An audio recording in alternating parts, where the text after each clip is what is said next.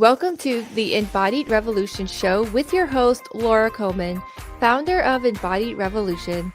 This is a safe space to connect, grow, and rise into your highest embodiment with authentic identity. Twice a month, we dive deep into inspiring conversations, grounded strategies, and real life stories from women making bold moves aligned with their soul's purpose. So get ready for wisdom you can live, mindsets that transform, and the evidence that you too can rise stronger, wiser, and more in tune with your purpose. This is more than a show, it's a movement. Welcome to the Embodied Revolution. Hey everybody, welcome back to Embodied Revolution. Today we have Eleanor Shell, and she's going to be telling us her story about something that happened to her and how she kept her embodiment through that experience. And I don't want to say too much because I do want Eleanor to tell us from her own perspective.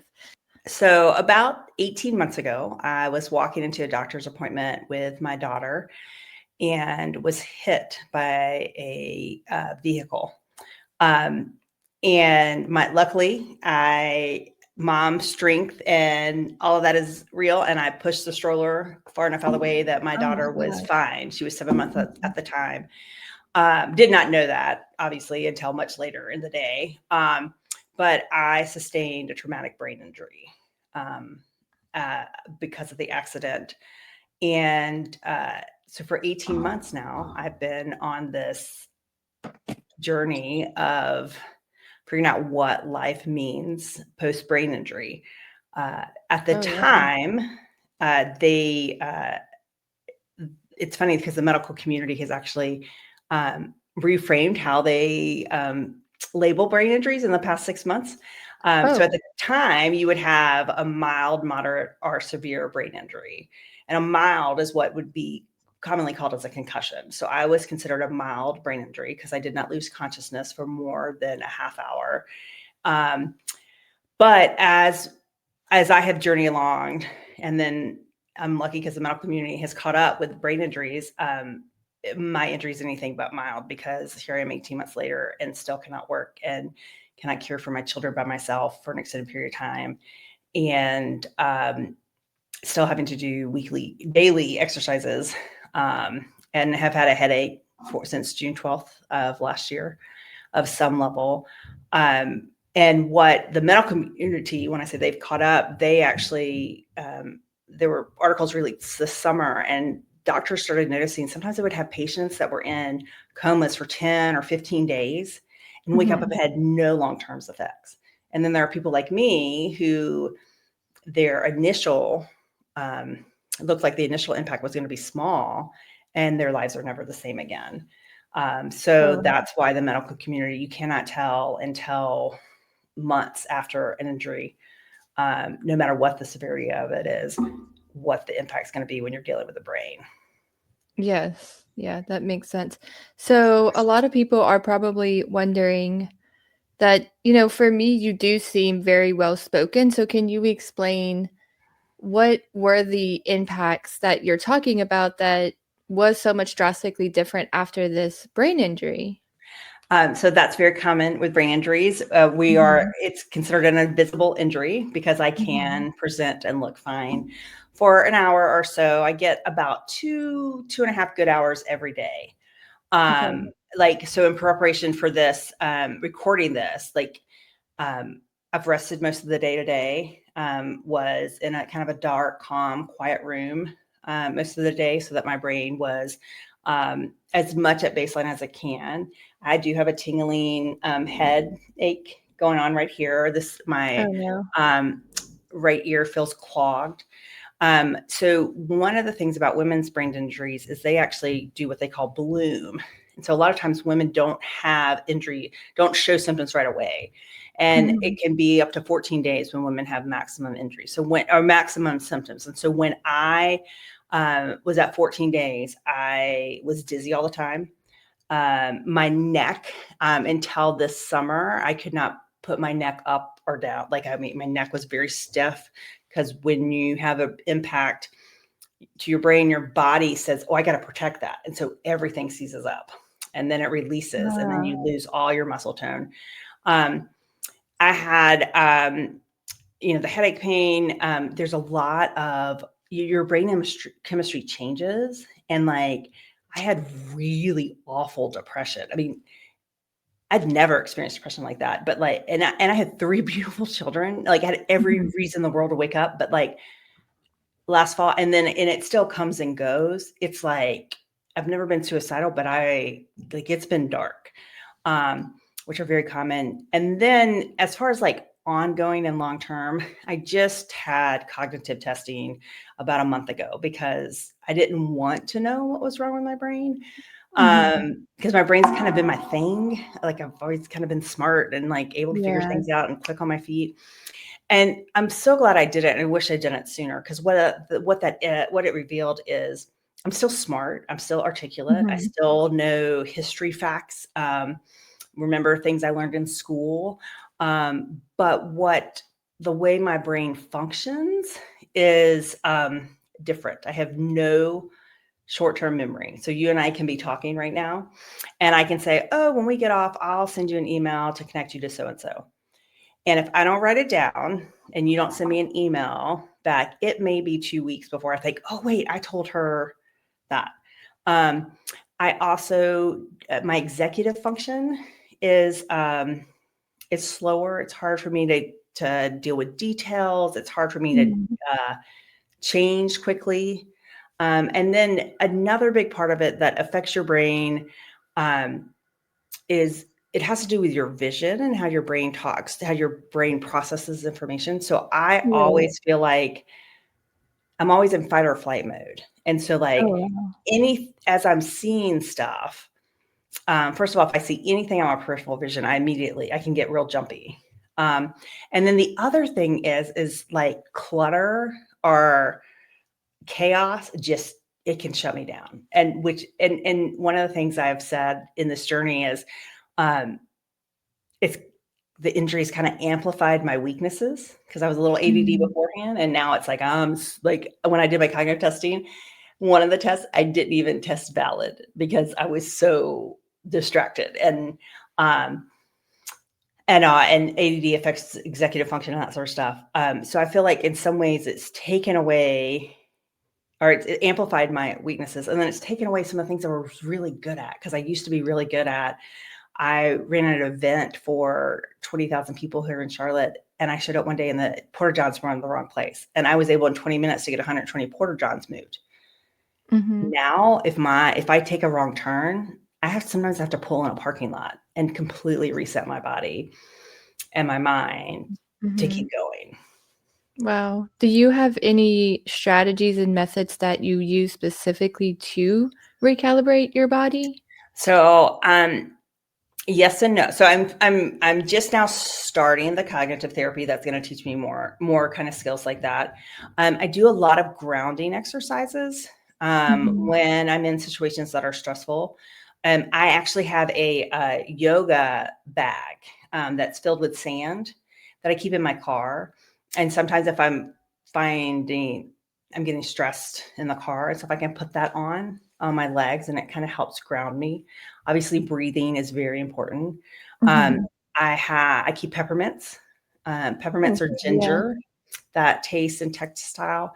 I am not afraid to say, okay, I got to close my eyes for a few minutes. Obviously not while I'm driving, but in busy situations. I have some really cool Beats by Kim Kardashian that are soundproof, that noise canceling, that I often wear in places like the grocery store. So I like to pretend like I look cool, like I'm an NFL player or a movie star. I have those kind of like emergency in the situation grounding techniques. And then to kind of start my day and then throughout my day, start my day every morning try to start it with a 45-minute walk outside. And that kind of does something to your nervous system. So the doctors say, I don't know exactly, I'm not a medical person. And yoga.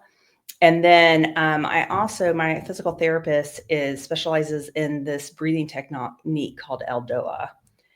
Okay. I'm not going to be able to tell you about what it is or what the science is behind it, but I know it works. So Okay. you We'll Google have to look that Eldoa up. and find it. But that's been a game changer. The Eldoa Okay. baby. So it sounds like a lot of nervous system work, which Yes, is like, is that new to your world right now? it's Like, where's so new to my world. Like, I mean, okay. yeah, I mean, I was, I mean, to kind of my life before the accident, I guess to kind of give you an idea. So I had 3 kids under the age of 7, or at 6 at the time. And I did not have a nanny. We did not have daycare. They went to part-time preschool. My oldest was in kindergarten. I was an independent consultant contractor for a charter school, for part-time pastor at a church. I had several other smaller clients. I was the primary cook in my house. I was the primary Mhm. entertainment person in the summer. It was summertime. So like I had this whole summer planned of we're going to the pool this day and we're going to the zoo this day and we're doing, and I went from that to I'm rarely am gone from my house for more than 4 or 5 hours at a time.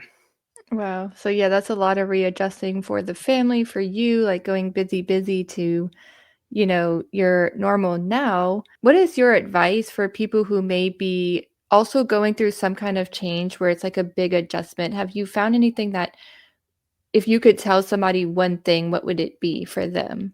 Like what has helped you the most? So the first thing, and this is kind of what I feel like is my mission in life right now, is spreading the Mhm. word about is it's okay to have a bad day, and it's Mhm. okay to sit in the bad day and not immediately jump to hope. Yes. Which may sound negative to some people because we live in a world of toxic positivity is my new Mhm. word. My new word, um, but only in doing that can you truly move forward. And Right. I really struggle, and and I know people really struggle. And I before the accident, like I said, I was a part-time pastor. I'd been a full-time pastor in the past, and it's hard to sit with people who are facing life-changing, um, whether it's a single day like mine, which was an accident, whether it's the loss of someone, whether it's going to be an ongoing battle with a diagnosis of cancer or multiple sclerosis or something. It's hard to sit in that hard time with someone. But Mhm. honestly, 90% of the time, that's probably all they need is someone to sit next to them. Mm. You They Yes. know all that. They know, like I know things are going to be okay. I know I'm lucky to be alive. I know that I'm lucky that I can sit and have a conversation like you, like this. I know I'm lucky that I don't look sick. I know that if I keep working, I'm going to keep seeing improvement. The person knows all that. I Mhm. guarantee you, anyone facing something really hard knows all that. What they want to know and what they need to feel is that they're not alone and that you Yeah. see the reality of where they are. Uh, Right. I joke about and who knows, I may actually make them one day about making greeting cards. Um, Mhm. and my one dream is to have this greeting card and it has a storm on it, Mhm. and there are 2 people with an umbrella that's kind of small. And on the outside of the card, it says, "Wow, the storm is really big." And on the inside, it says, "My umbrella's not big enough, but I'll get wet with you." Mm. Because Mhm. no one can fix this. I can't, my Mhm. spouse can't, nothing, but people can walk beside us, Mhm. and people can have faith when we don't have faith for us. People can see our struggles. Um, like and honestly, we find a lot of humor in some of it. So I think Mhm. that's, I mean, we're lucky for that. Like, yes, so I can't one of the things when you have a brain injury that's really hard to get back is cooking. And cooking was my thing. Like I would Oh, make, I mean, I may had made all my kids birthday cakes from scratch, like not from a box, like scratch. yeah. And like yesterday, we were trying something new. We're like, okay, we're gonna cook the meal at lunchtime instead of dinner, and put in and it was kind of a meal kit thing from a local grocery store. And the chicken was about ready to be done. All I had to do was make the spaghetti. fill the pot up, put more on, put the spaghetti in. The spaghetti caught on fire, like Oh, flames. that's no water. And I'm like, who even knew spaghetti could catch on fire? Like, Yeah. and so like, I think I took a picture and I posted it. I was like, well, still can't cook, it's Oh, like, and yeah. it's funny because, some people responded with, oh, it'll get better. Oh, I've had that happen before too. But what was most comforting to me was like, well, yep, you can't cook today. You know what I'm saying? Like I didn't need someone to say, well, you can learn again. And I know all that. But right now it's kind of frustrating that I can't cook for my kids when I've cooked for hundreds of people throughout my life. Like, I mean, one of the things when I was in college, like that was I would cook big meals for friends and organizations and that sort of stuff. And to have had that gift that I shared with the world. And now I have these 3 people that are my world. It's a little disheartening sometimes. And sometimes I just need people to say, yeah, I bet that is hard. Yeah, this is like such a powerful message that you're spreading, because I do think it's natural for us to want to say something that is comforting, that we have been programmed that a good person is going to try to cheer people on, say something positive. So I think it's a very important message that you're saying, that you technically like don't always want that sometimes, and you just want, to me it's like a sense of, yeah, or I'm there for you, or I agree with you. So is that something you would like to do, is to maybe be a person that other women that are going through something can talk to, or is that in the cards for you? Like, what are your next moves? So that's been interesting, because honestly, this summer, that's what I thought. I thought, oh, I Mhm. want to become a coach, and I want to help women, like especially high functioning women who have something in their lives that causes them to be the person who needs care, or the person who has to step back, or the person, because we don't know how to do this. Like, what do women do? We Yeah. hold it all together. I mean, Mhm. there's a whole, the fair play movement. It's all about how women hold all the cards of all the responsible things and keep it together. And, and so I started a coaching class, and and I had 2 clients and I love my clients. I miss them. Mhm. But, with my brain injury, like I can't do that. Like, because I can't Mhm. consistently show up to people. Yeah, that's a lot of energy. And I thought, I can't be the one that's there. So what I'm trying to do, and what seems to be, I've actually had a really good week with it. So I'm kind of like, oh, this really may be something. So I started writing. I kind of created what I'm calling the resiliency arc. I don't know if that's what it will say or not, but it came from really processing my grief. I really thought, I was doing a program in February that all the NFL players and NASCAR players who have brain injuries do out of the University of Pittsburgh. And I thought I was going to go to Pittsburgh, and I was going to do this program for 12 weeks. And then I was going to be fine. I was going to have this great story about resiliency and working hard and not giving up. And, everything ties up in a neat bow. And I did that program, and I got much better, between 60 to 70%, I would say, on most days. And that was it. And part of it is, guess what? I'm not 26-year-old athlete, and that wasn't my full-time job to get better. Mhm. And, when I talked to had the follow-up, I really thought they were going to be mad at me and say, oh, you didn't do the program right. And they're like, no, you're not a 26-year-old professional athlete, and you have 3 kids. And like, while I was doing the protocol, my kids had the stomach bug for 3 days. And so, I'm not getting out of it someone who that's their job. And it was really hard. And Mhm. so this summer I was really processing, like, okay, what really is resiliency? What really is, Hmm. what's the point of it? How do you get through it? And so that's where I came up with this resiliency arc. And to me, the first day, which is what I just talked about, is the first thing is the bad day. Like, how do you sit in a bad day? How do you sit with someone in a bad day? Why is naming what is bad important? Um, and so I launched the Substack a few weeks ago, and with Mhm. an 8-week series on bad days. And I know there were people who were like, she's gonna write about bad days for 8 weeks. Like, can we move on to the whole? Because that's what we want to do. But what I'm finding, like, it's really resonating with people, because I think Mhm. we have lived in a world lately of the kind of the toxic, everything's got to be okay, and we got to look to hope and that sort of stuff. But we weren't always like that. I mean, back Mhm. when my grandmother was little, like she talked about, like when someone died, like the widow was expected to wear black for a whole year, so Mhm. people could respond to her as someone who was mourning. I had a death in my family of my grandmother when I was in grad school, and my boss at the time said, "Well, my mother died, and I only took 1 day off." Oh, wow, yeah. And I wanted 2 weeks. I took 2 weeks because my grandmother was in Florida, and she was like one of my people, you know? So I think people are ready for this kind um, of realness and Mhm. authenticity. And so what I'm doing is, I've got the writing going, and then I've actually written some journals that Mhm. I'm trying to figure out how to get published. I'm not a business person. I wasn't one before. Actually, I'm definitely not one now. But I have great friends who are trying to help me. But like I have this, and it's weird to say I wrote a journal, but I have this journal that I've created called the Bad Day Journal. And there's not Mhm. one inspirational quote in it. And there are Okay. 60 pages.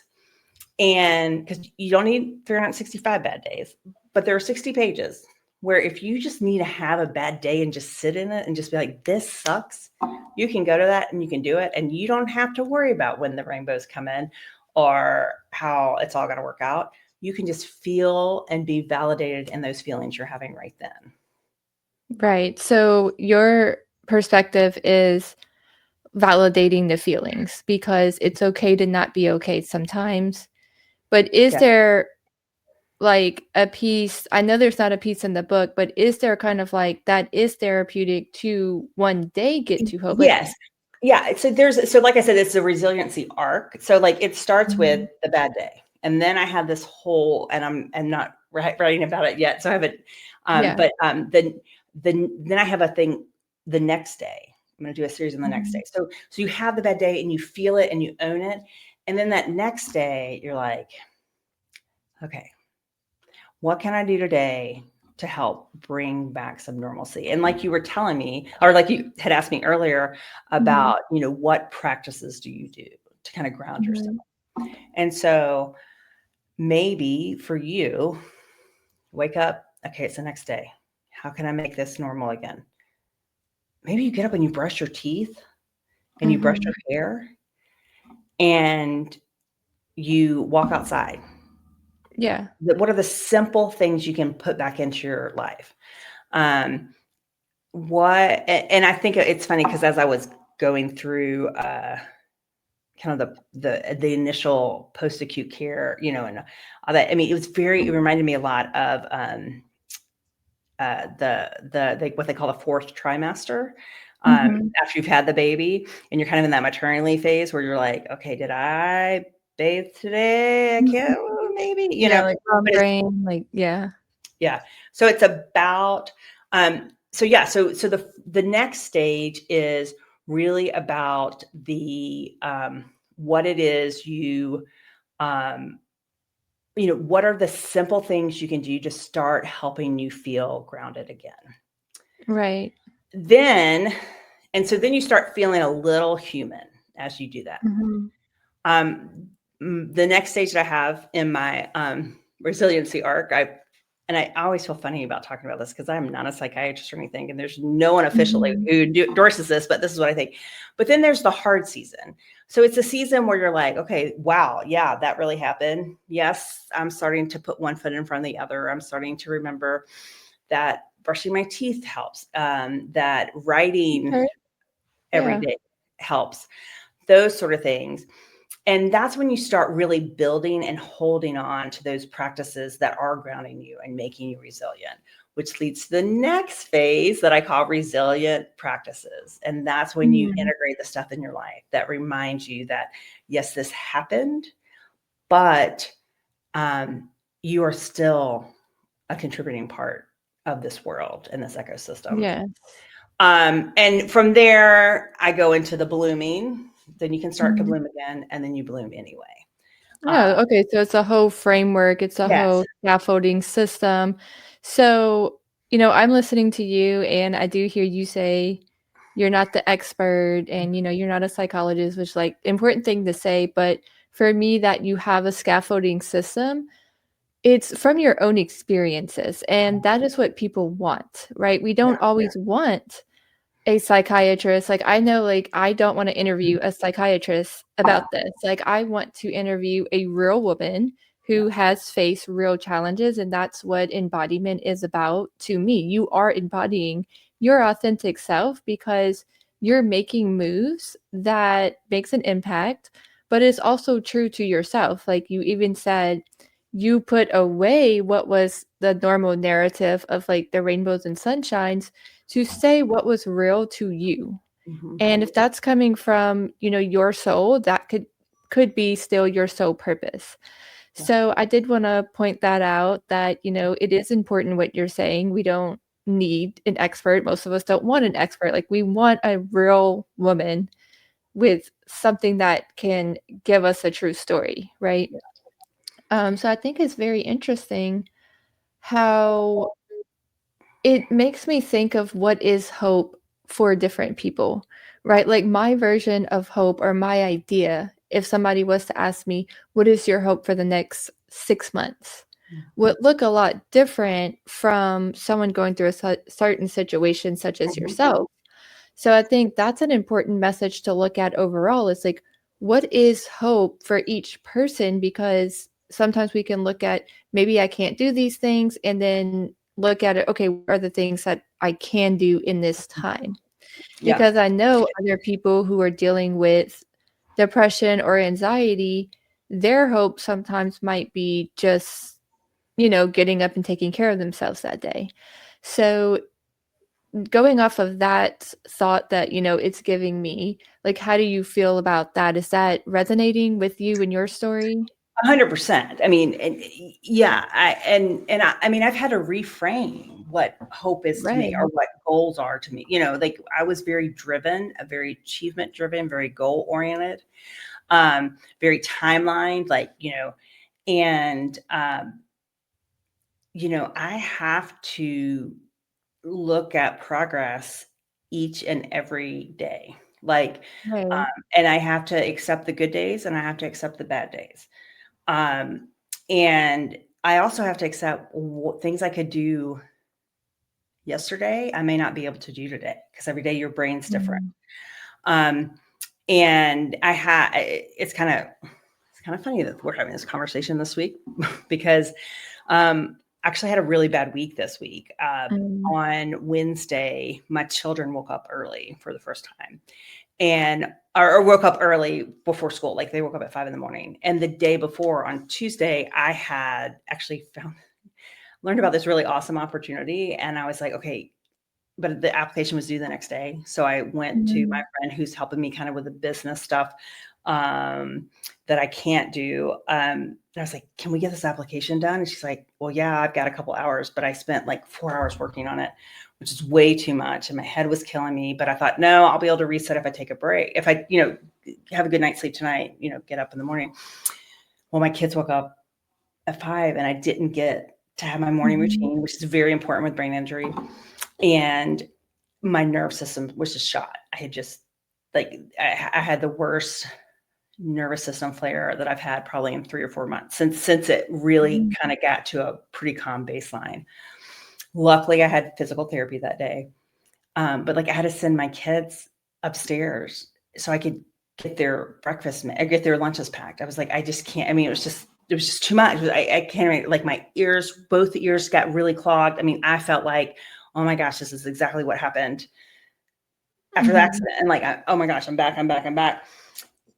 Um, and like I wasn't able to do everything that Wednesday that I wanted to do. And I Mhm. had to completely reset my muscle or my things. And so like some of the goals I had for the week were out the window. Mhm. Um, but the thing I can celebrate is the fact that by Friday, my nervous system had calmed down again. And I Mhm. was kind of back to baseline. I missed some things that I didn't want to miss. Wasn't able to go to the fall festival with my kids and had to rest more and that sort of stuff. But it was like I had the skills and knew how to cope with what was happening. Mhm. You know, and it's funny, I just actually wrote a blog post because the partner that I'm working with was like, okay, I think we're ready to kind of launch this business, or, you know, at least tell the world what we're going to try to do. And so I wrote, like, how do you start a business with a brain injury? And I was Mhm. like, you don't. But Okay. you do with support. And honestly, it's the only Yeah. way. I mean, 2 weeks ago, my cognitive therapist said work is completely off the table for now. But the thing about with my own business is, like, I can have a really good 3 or 4 days and, you know, be shooting off emails and having Yeah. calls. And then sometimes I have to take a week or 2 weeks off, and Mhm. that's okay. And so I just have to really focus on the present, which is really hard for me. I Mhm. will say. Um, but I'm also finding some joy and peace in that as well, finally, Right. So after a as you're year. Because kind of for a year, we kind of lived our lives for a year as, you're going to be better, and I'm going to be better, and I'm Mhm. going to wake up tomorrow and I'm going to be able to do everything I used to do. And when that didn't happen, and I really started to accept that, when I would say this, when that didn't happen, and I really mourned that over the summer and Yeah. then accepted it, um, I'm finding new meaning and acceptance in life. Wow. Yeah, well, I love that you're showing your strengths through that acceptance, through your mindset, and I know you said maybe don't tell you everything, like, positive, but, part of me is gonna be here celebrating you because that is something to be very proud of. So, how can people help you right now? Like, what tell us, like, what is your organization? How can people help you get to your intentions that you want to do? They can subscribe to my Substack, which is Okay. Resilient Magnolias. It is free for everyone. You can subscribe and pay, and that would be great if you did, because Mhm. we were still one income. And actually, my husband is underemployed when he was able to go back to work. Hopeful he's going to get employed at level.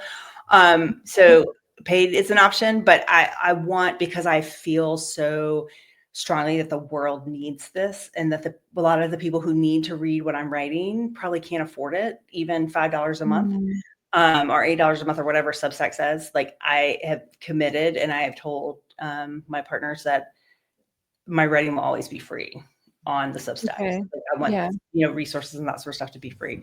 So that's the first thing to do. The second thing is, because my partner also said, if you're going to start telling this message, you got to have ways for people to support you. Mhm. And we're not quite to a point where I have enough budget and stuff to know what type of Kickstarter can't, because we're like, maybe we'll do a Kickstarter.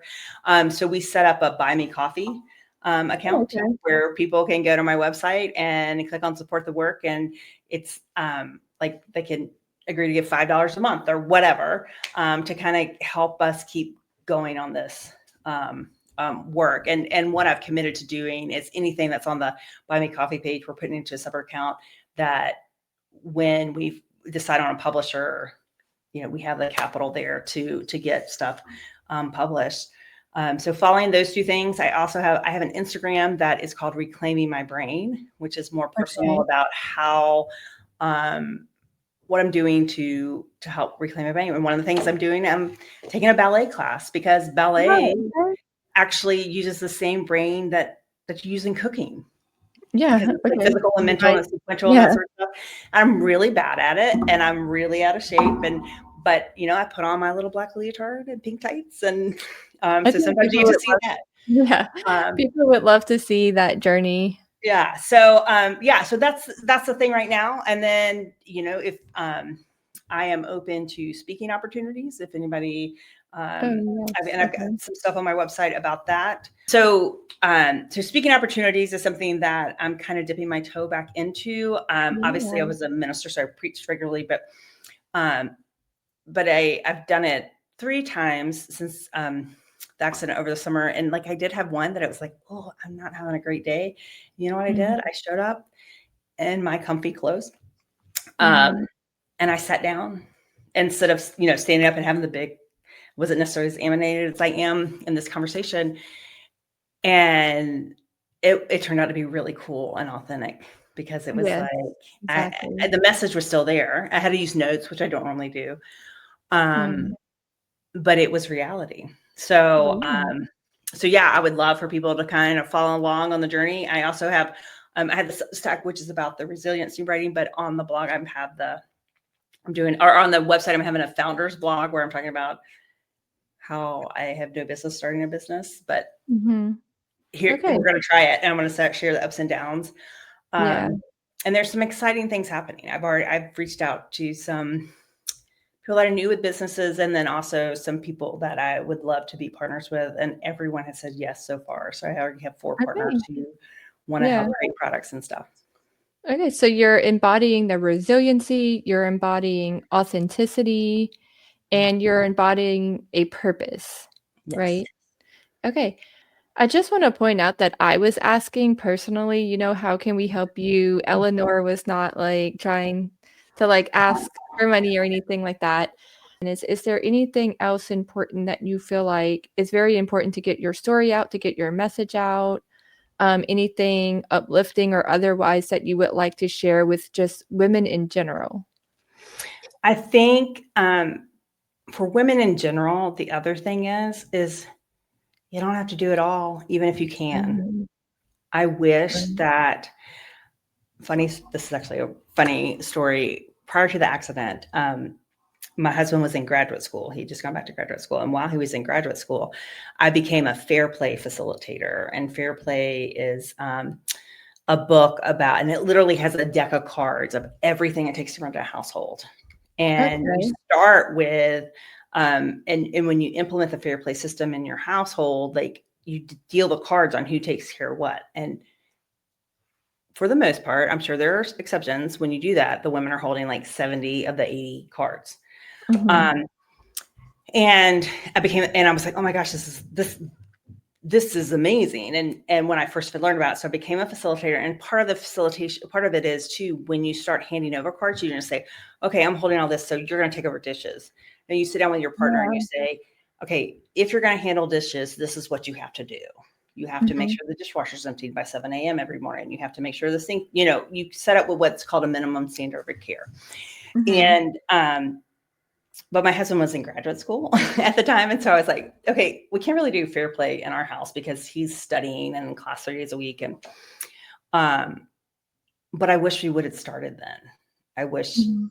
and honestly, I wish we would have started when we got married or when we were dating. And and